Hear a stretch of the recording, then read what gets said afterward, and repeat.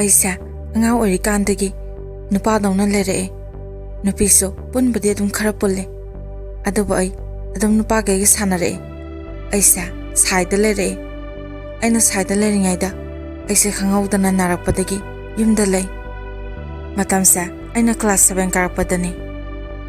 ꯑꯗꯨꯒ ꯑꯩꯁꯦ ꯆꯍꯤ ꯑꯃ ꯂꯥꯏꯔꯤꯛ ꯇꯝꯕ ꯇꯣꯛꯂꯦ ꯑꯩꯅ ꯈꯔ ꯐꯔꯛꯄꯗꯒꯤ ꯑꯃꯨꯛ ꯂꯥꯏꯔꯤꯛ ꯇꯝꯂꯦ ꯑꯩ ꯌꯥꯝ ꯑꯉꯥꯡ ꯑꯣꯏꯅ ꯂꯥꯏꯔꯤꯛ ꯇꯝꯂꯛꯑꯦ ꯑꯩ ꯀ꯭ꯂꯥꯁ 5 ꯐꯥꯎꯕꯁꯦ ꯔꯦꯡ 1ꯗꯒꯤ 2ꯗ ꯑꯗꯨꯝ ꯂꯥꯛꯑꯦ ꯑꯩꯁꯦ ꯑꯩꯈꯣꯏ ꯈꯨꯜꯗ ꯂꯩꯕ ꯍꯥꯏ ꯁ꯭ꯀꯨꯜ ꯑꯃꯗ ꯀ꯭ꯂꯥꯁ 8ꯗ ꯇꯝꯂꯦ ꯁꯤꯒꯤ ꯃꯇꯝꯁꯤꯗꯅꯤ ꯑꯩꯒ ꯃꯥꯒ ꯈꯪꯅꯈꯤꯕꯁꯦ ꯑꯩ ꯅꯨꯄꯥ ꯀꯣꯏꯕꯗꯤ ꯀꯣꯏꯗꯦ ꯂꯩꯀꯥꯏꯒꯤ ꯏꯃꯥꯟꯅꯕꯤ ꯄꯨꯟꯕꯗꯒꯤ ꯃꯣꯏꯅ ꯍꯥꯏꯕꯗꯒꯤ ꯅꯨꯄꯥꯁꯤꯒ ꯑꯩꯒꯁꯦ ꯈꯪꯅꯔꯦ ꯑꯗꯨꯕꯨ ꯑꯩꯈꯣꯏ ꯑꯅꯤꯁꯦ 2011ꯗ ꯈꯪꯅꯕꯅꯤ ꯑꯩꯕꯨ ꯃꯥꯅ ꯑꯗꯨꯝ ꯁꯦꯟꯅꯩ ꯏꯕꯥꯅꯤꯁꯦ ꯌꯥꯝ ꯅꯨꯡꯁꯤꯅꯖꯩ ꯑꯩꯈꯣꯏ ꯑꯅꯤ 2013ꯗ ꯆꯦꯜꯂꯦ ꯀꯨꯏꯅꯁꯨ ꯂꯩꯇ꯭ꯔꯦ ꯑꯗꯨꯝ ꯂꯨꯍꯣꯡꯂꯦ ꯑꯩꯅ ꯂꯩꯔꯤꯕ ꯅꯨꯄꯥꯁꯦ ꯃꯆꯤꯟ ꯃꯅꯥꯎ ꯑꯅꯤꯅꯤ ꯃꯥꯅ ꯑꯇꯣꯝꯕꯅꯤ ꯑꯩꯅ ꯂꯩꯔꯤꯕ ꯏꯃꯨꯡꯒꯤ ꯃꯤꯅ ꯌꯥꯅꯤꯡꯗꯕꯒꯤ ꯃꯑꯣꯡ ꯇꯧꯋꯦ ꯍꯥꯏꯕꯁꯦ ꯑꯩꯁꯨ ꯈꯪꯉꯦ ꯑꯗꯨꯕꯨ ꯑꯩ ꯑꯉꯥꯡ ꯑꯣꯏꯔꯁꯨ ꯑꯩꯅ ꯂꯩꯔꯨꯕꯒꯤ ꯂꯩꯔꯕꯅꯤ ꯈꯜꯂꯒ ꯑꯩ ꯑꯗꯨꯃꯛ ꯂꯩ ꯑꯩꯅ ꯃꯉꯣꯟꯗ ꯇꯣꯟ ꯍꯥꯏꯅ ꯀꯧꯋꯦ ꯃꯥꯅ ꯑꯩꯉꯣꯟꯗꯅ ꯊꯣꯏ ꯀꯧꯏ ꯅꯣꯡꯃꯇ ꯑꯩꯒꯤ ꯃꯤꯡ ꯃꯥꯅ ꯀꯧꯗꯦ ꯃꯇꯝꯒꯤ ꯃꯇꯨꯡ ꯏꯟꯅ ꯑꯩꯈꯣꯏ ꯑꯅꯤ ꯏꯆꯥꯅꯨꯄꯥ ꯑꯅꯤꯒꯤ ꯃꯃꯥ ꯃꯄꯥ ꯑꯣꯏꯖꯔꯦ ꯑꯩꯒꯤ ꯏꯆꯥꯅꯨꯄꯥ ꯑꯍꯟꯁꯦ ꯏꯄꯥꯝꯗ ꯑꯌꯥꯝꯕꯅ ꯂꯩ ꯏꯆꯥ ꯑꯅꯤꯁꯦ ꯆꯍꯤ 3 ꯀꯥꯟꯅꯩ ꯑꯩ ꯂꯩꯇꯕ ꯃꯥꯟꯗꯅ ꯏꯅꯦꯝꯄꯣꯛꯅ ꯃꯉꯣꯟꯗ ꯑꯣꯏꯗꯕ ꯋꯥ ꯌꯥꯝ ꯍꯥꯏꯖꯤꯜꯂꯦ ꯑꯗꯨꯕꯨ ꯃꯥꯅꯗꯤ ꯂꯧꯗꯦ ꯃꯥꯅꯁꯨ ꯑꯩꯉꯣꯟꯗ ꯃꯤꯅ ꯍꯥꯏꯕ ꯋꯥꯁꯦ ꯂꯧꯒꯅꯨ ꯍꯥꯏ ꯑꯩꯉꯣꯟꯗꯁꯨ ꯅꯣꯡꯃꯇ ꯃꯤꯅ ꯍꯥꯏꯕ ꯂꯧꯔꯒ ꯁꯥꯎꯕ ꯉꯥꯡꯕꯁꯨ ꯇꯧꯗꯦ ꯏꯀꯨꯕꯣꯛ ꯏꯅꯦꯝꯄꯣꯛꯅ ꯏꯇꯩꯍꯣꯏ ꯏꯆꯦꯍꯣꯏꯗꯅ ꯂꯨꯅ ꯇꯧꯕ ꯑꯗꯨꯒ ꯑꯩꯈꯣꯏꯗꯅ ꯂꯨꯝꯅ ꯂꯧꯗꯕꯁꯦ ꯃꯥꯁꯨ ꯈꯪꯉꯤ ꯄꯩꯁꯥꯒꯤ ꯃꯇꯥꯡꯗꯅ ꯃꯈꯣꯏꯒ ꯄꯨꯜꯂꯤ ꯑꯗꯨꯒ ꯂꯩꯇ꯭ꯔꯒꯅ ꯑꯩꯈꯣꯏꯗ ꯍꯪꯂꯛꯏ ꯑꯩꯅ ꯍꯥꯟꯅ ꯂꯩꯕ ꯀꯨꯏꯗ꯭ꯔꯤꯉꯩꯗ ꯂꯨꯄꯥ 5,000 ꯄꯨꯈ꯭ꯔꯒ ꯁꯤꯡꯂꯛꯇꯦ ꯑꯗꯨꯒ ꯈꯠꯅꯕ ꯍꯧꯔꯛꯄꯗꯒꯤ ꯃꯥꯅ ꯁꯥꯎꯔꯒ ꯄꯤꯕ ꯌꯥꯔꯣꯏꯅ ꯄꯤꯗ꯭ꯔꯦ ꯃꯌꯥꯝ ꯑꯩꯁꯦ ꯊꯕꯛ ꯀꯌꯥ ꯍꯩꯇꯦ ꯌꯨꯝꯗꯒꯤꯁꯨ ꯕꯕꯥ ꯏꯃꯥꯅ ꯇꯧꯍꯜꯂꯛꯇꯦ ꯑꯗꯨꯅꯁꯨ ꯇꯣꯟꯅ ꯑꯩꯁꯦ ꯊꯕꯛ ꯀꯌꯥ ꯇꯧꯍꯟꯗꯦ ꯏꯃꯨꯡꯁꯨ ꯇꯣꯟꯅ ꯉꯝꯅꯕ ꯑꯗꯨꯝ ꯄꯨꯏ ꯑꯩꯅ ꯊꯕꯛ ꯑꯃ ꯇꯧꯒꯦ ꯍꯥꯏꯔꯁꯨ ꯁꯥꯎꯋꯦ ꯑꯩ ꯂꯧꯗ ꯊꯔꯣꯏ ꯈꯨꯟꯕ ꯑꯗꯨꯒ ꯃꯤꯅ ꯂꯣꯡ ꯈꯨꯟꯕ ꯆꯠꯄꯗꯣ ꯌꯥꯝ ꯆꯠꯅꯤꯡꯉꯦ ꯍꯩꯕꯗꯤ ꯍꯩꯇꯦ ꯑꯗꯨꯕꯨ ꯍꯩꯇ꯭ꯔꯁꯨ ꯑꯩ ꯑꯗꯨꯝ ꯆꯠꯅꯤꯡꯉꯦ ꯑꯗꯨꯕꯨ ꯇꯣꯟꯅ ꯌꯥꯗꯦ ꯌꯥꯝ ꯁꯥꯎꯋꯦ ꯑꯩꯅ ꯉꯝꯅꯕ ꯑꯗꯨꯝ ꯇꯧꯔꯤꯁꯤꯅꯦ ꯍꯥꯏ ꯑꯗꯨꯕꯨ ꯏꯅꯦꯝꯄꯣꯛꯅꯗꯤ ꯃꯥꯒꯤ ꯃꯇꯨꯁꯦ ꯊꯕꯛ ꯑꯃ ꯆꯠꯍꯟꯗꯦ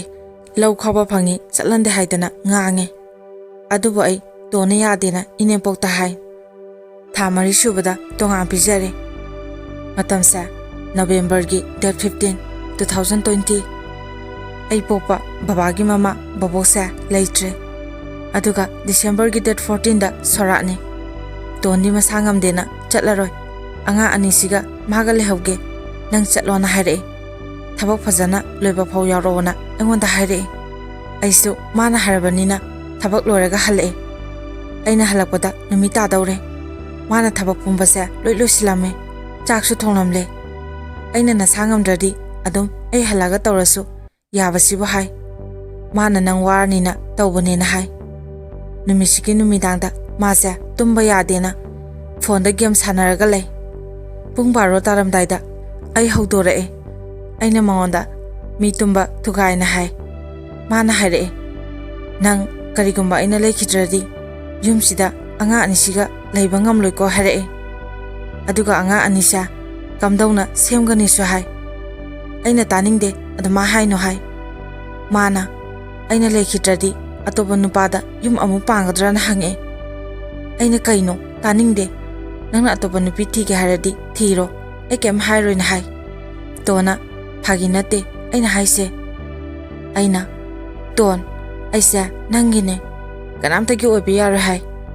ꯑꯗꯨꯒ ꯇꯣꯟꯅ ꯑꯃꯨꯛ ꯍꯥꯏꯔꯛꯑꯦ ꯅꯪ ꯑꯩ ꯂꯩꯈꯤꯗ꯭ꯔꯗꯤ ꯑꯩꯅ ꯏꯆꯥ ꯑꯅꯤꯁꯤꯕꯨ ꯅꯨꯡꯁꯤꯕꯒꯨꯝ ꯅꯨꯡꯁꯤꯕꯤꯒꯗꯕ ꯅꯨꯄꯥꯗ ꯌꯨꯝ ꯄꯥꯜꯂꯣ ꯃꯤꯅꯝꯂꯒꯗꯤ ꯄꯥꯟꯒꯅꯨ ꯍꯥꯏ ꯇꯣꯟꯁꯦ ꯅꯨꯃꯤꯠꯁꯤꯗ ꯌꯥꯝ ꯀꯞꯄꯦ ꯑꯩꯅ ꯇꯣꯟ ꯑꯗꯨꯃꯥꯏ ꯍꯥꯏꯅꯨ ꯁꯤꯔꯁꯨ ꯑꯩꯈꯣꯏ ꯑꯅꯤ ꯄꯨꯟꯅ ꯁꯤꯃꯤꯟꯅꯁꯤ ꯍꯥꯏ ꯅꯨꯃꯤꯠꯁꯤꯗ ꯃꯥꯅ ꯉꯥꯡꯂꯤꯕ ꯃꯌꯥꯝꯁꯦ ꯑꯩ ꯀꯩꯅꯣ ꯒ꯭ꯌꯥꯟ ꯇꯥꯗꯦ ꯑꯁꯨꯝꯅ ꯋꯥꯔꯤ ꯁꯥꯟꯅꯔꯒ ꯅꯣꯡꯁꯨ ꯉꯥꯟꯈ꯭ꯔꯦ ꯑꯩꯈꯣꯏ ꯑꯅꯤꯁꯦ 2013ꯒꯤ ꯗꯤꯁꯦꯝꯕꯔꯒꯤ 25ꯗ ꯂꯨꯍꯣꯡꯈꯤꯕꯅꯤ ꯑꯗꯨꯅ ꯆꯍꯤ ꯈꯨꯗꯤꯡꯒꯤ 25 December se mana sak chaba loraga aina dum sai aduga 2020 December gi asida so aina ton khangandana cake ama leire aduga ton se hanjilakpada aina surprise haina cake tu uhale ton se numida waram mamana baga thokibani yuga kharadi thae mamana bi anina thilakpane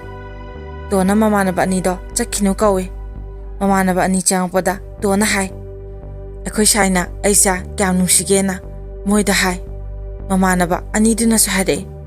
imana ba singna pithi badai nui ani na inu nungsinai nui sai su yam phai na hare December gi 2021 date 3 ma leiroi doba ayuki pung mari tarak pasida ai haugal again haugatle aina haugalam dai khudingi magi khongsok laga laibak adum katle dona ai ngahak leraga haugat ke hare ai adum haugatle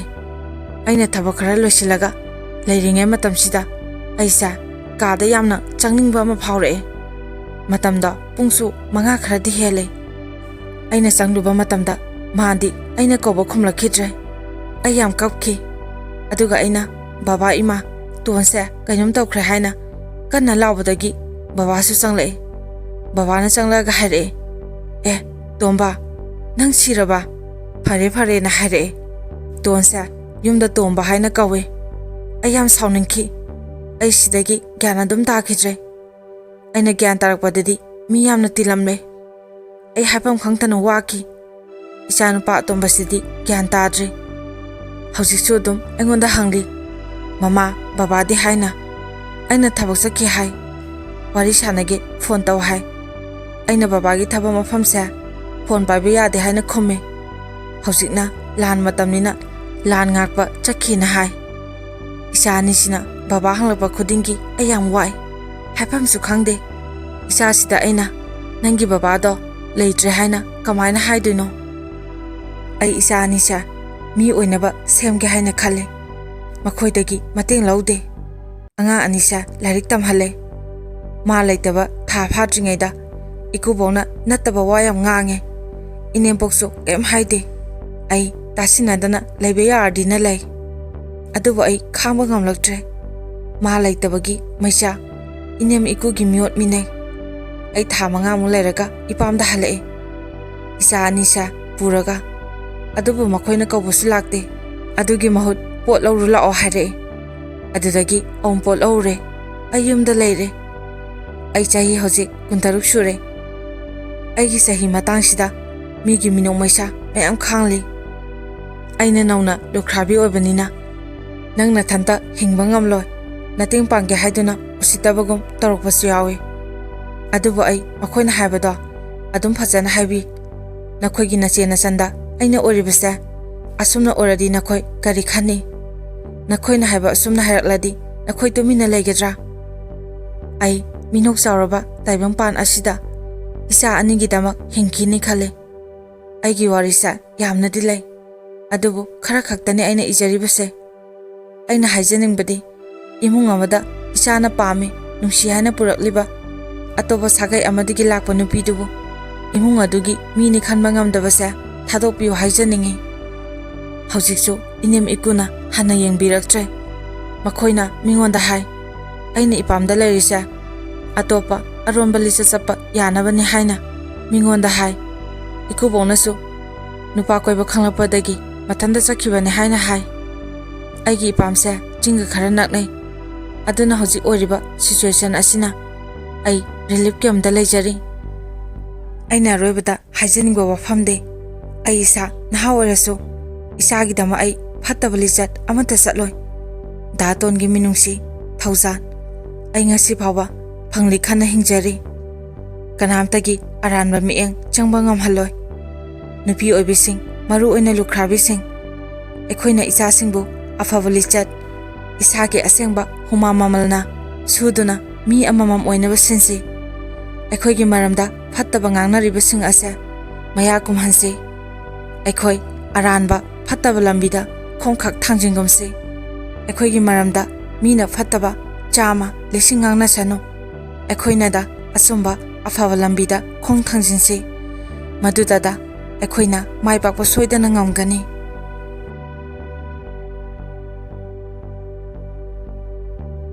ꯃꯇꯥꯡ ꯑꯁꯤꯗ ꯋꯥꯔꯤ ꯑꯁꯤ ꯃꯌꯥꯝꯗ ꯇꯥꯍꯟꯖꯕ ꯂꯣꯏꯖꯔꯦ ꯃꯌꯥꯝꯅ channel ꯑꯁꯤꯕꯨ ꯅꯨꯡꯁꯤꯕꯤꯗꯨꯅ like share ꯑꯃꯗꯤ subscribe ꯇꯧꯕꯤꯌꯨ ꯑꯔꯣꯏꯕꯗ ꯃꯌꯥꯝ ꯄꯨꯝꯅꯃꯛꯄꯨ ꯏꯀꯣꯛꯅꯅ ꯈꯨꯔꯨꯝꯖꯔꯤ